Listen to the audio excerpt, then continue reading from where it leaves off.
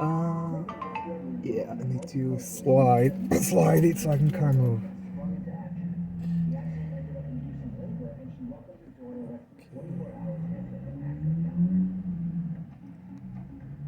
Guess.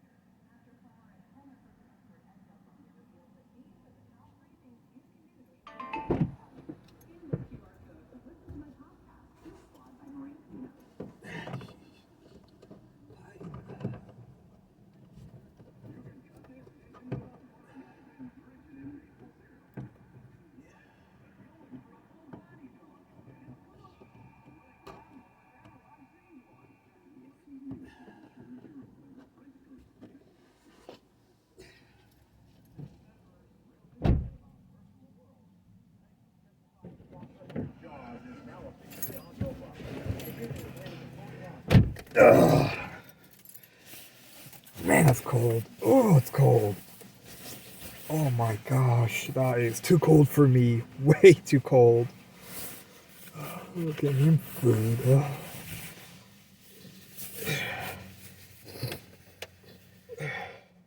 No one there. It's like, okay. I need my receipt, but. Boy. And of course, I saw what's inside. Oh. That goes in the bank directly. My savings, yeah. White order comes next week. Well, Sabbath, true. Next week, damn. Sunday, between Sunday and Tuesday, which is actually a good thing. Yeah. Oh boy.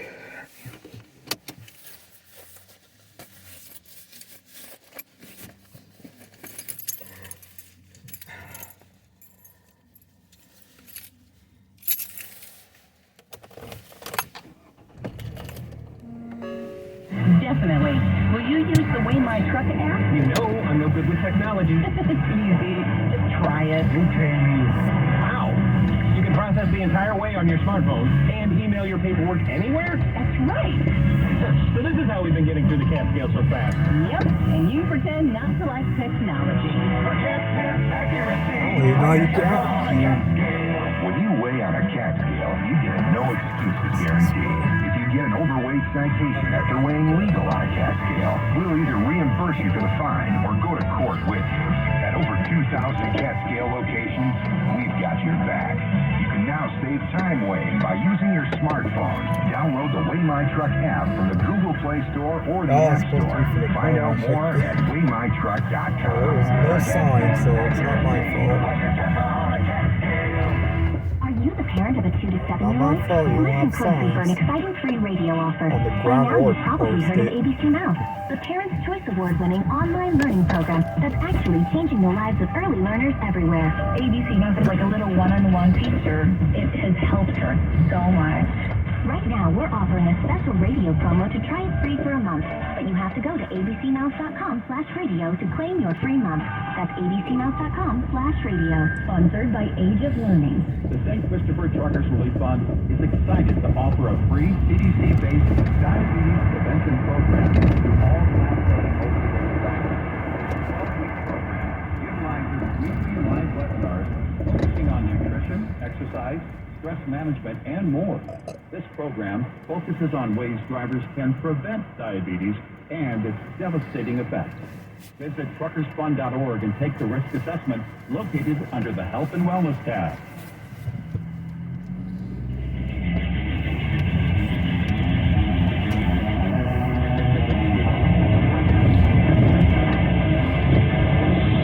You're listening to Red Eye Radio from the Unit.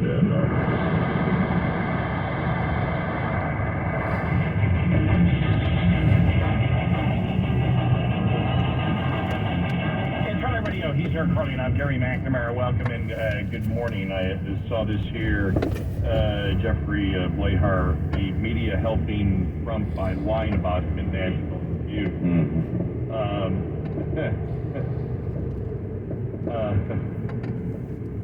He writes here, since you are not a child, you know why online commentators are misrepresenting this event with such eagerness and why media outlets are carefully and suggestively framing their headlines. They very much hope that you will scan them quickly and think that Trump threatened to do January 6th. Hawaiian Senator Brian Schatz helpfully read the stage correction aloud on Twitter last night. That's headline writers, don't outsmart yourself, just do. Quote, Trump promises bloodbath if he doesn't win election, end of quote. Right. The idea is that most people will not check, and the impression that Trump is always threatening violence will settle into people's brains. Subliminal background message. This is a Democrat and media, but as the old joke goes, attempt, however, disingenuous and dishonest, to keep the image of Donald Trump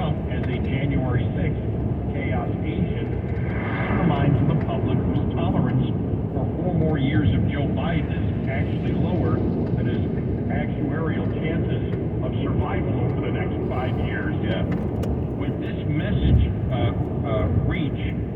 Will this message reach largely middle class and suburban voters as it did in 2022? The jury hasn't even retired to deliberate on the matter. The case is still ongoing, but I can tell you who have already tuned out: minority and working class voters who are not inherently political animals like so much of the middle and upper classes, and simply don't care about loose rhetoric at a campaign rally. These people vote on the basis of their pocketbooks and the safety of their communities, and to whatever extent they care about January 6th, they have long since priced it in while living through an increasingly cramped prospects of Joe Biden's era of shrinkflation. Those who occupy the campaign for mainstreaming the term should quietly thank him for publicly tying the president to a modern misery that people hold him and not the food manufacturers responsible for. Yeah. We talked about that at the State of the Union address. We realized that Biden didn't help at all. If you notice, we're not really talking shrinkflation anymore. Right. Whatever case Biden hopes to make to these voters, whom he is hemorrhaging, it better be something rooted in day-to-day life rather than, hey, remember that Viking helmet guy? That was awful. Furthermore, to whatever extent that these voters, the educated voters, the Biden coalition is desperately clinging on to, care about Trump as a loose cannon, they read stories such as this and react with contempt about realizing that they have been deceived. They do not think, now that Trump's honor has been vindicated, I shall fiercely support him, unless they are bots from Macedonia. But they do begin to act like the villagers in the old fable about the boy who cried wolf. He's bad, but he's not bad like they say, and that makes me suspicious.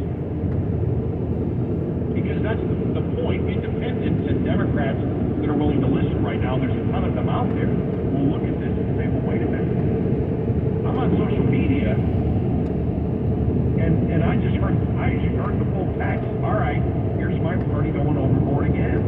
And then you see the entire mainstream media, and except for Morning Joe, do you know anybody who's backed off mainstream media? No.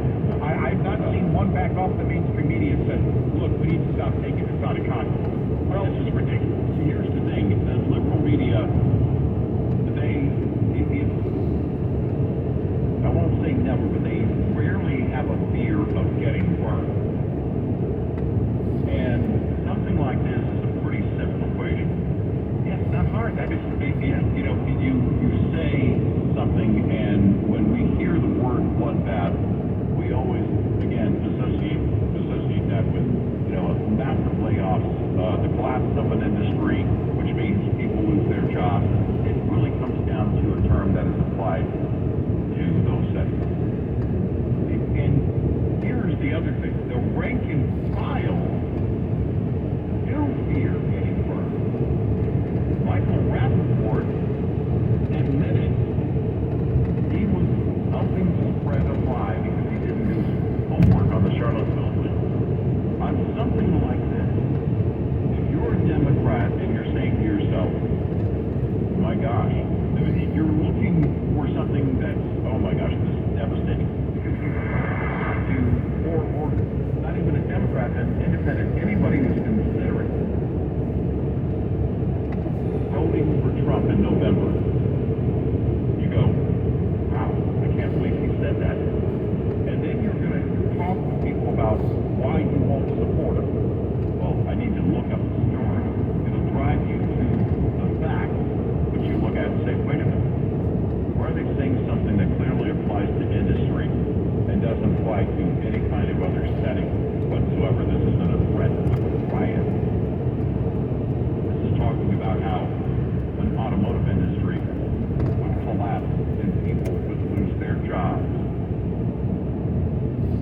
which has been used, as you pointed out, layoffs every industry.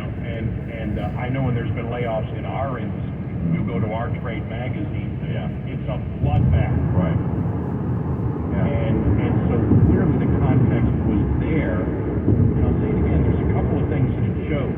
It shows the absolute panic right now in the media and the Biden campaign.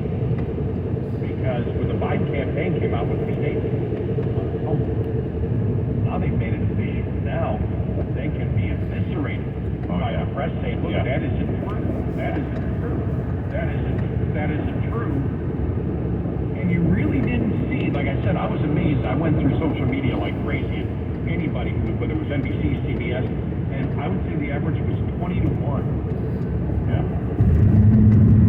Saying you're lying about it. Right. And this is where things where when the Biden administration, the media talks about disinformation, is they are the biggest purveyors of misinformation. Disinformation, lying, and this is an absolute perfect example of it, which is why it's important, I think, to point it out today and spend a ton of time on this so people understand this is what we're talking about. Well, that's it. You look at now the White House making this statement about it. What does that mean? There's no doubt in the next few days, Biden's going to use those words. But he's going to say somewhere, my opponent is already warning of the right of the bloodbath. That's the kind of that they're sending him on that narrative as president and as candidate. That's a liability for them because he's a known liar. He is over and over again and over and over again using these falsehoods because it's the only way he can win. This is damaging for him if he doesn't. It'll fly back in his face politically right away. Yet they've already put it into motion. Man, if you're the White House or his campaign, you don't touch this because you know you're going to get burned. They don't care. They're going to sit in Biden specifically. Here's a guy who can't even talk about what he thinks, much less get away with a lie about what his opponent said. It's just going to be horrible, and it's going to be one of those things. It'll be just like the failed State of the Union thing. And they think this is a winner. Clear. Statement from the White House, liberal media repeating the word over and over and over again. Why? They want to instill fear once again. This is akin to exactly what happened in Georgia with the Georgia voting, the election laws in Georgia. It's Jim Crow 2.0, and that was a lie. They were trying to instill fear in individuals. They're by lying to you and saying Trump is the one trying to instill the fear. This is how they work because they have nothing. They have nothing they can promote. Nothing at all. That's why he didn't get bumped. That's why the president didn't get a bump from the State of the Union. Because he didn't have anything to promote. We've been asking for years.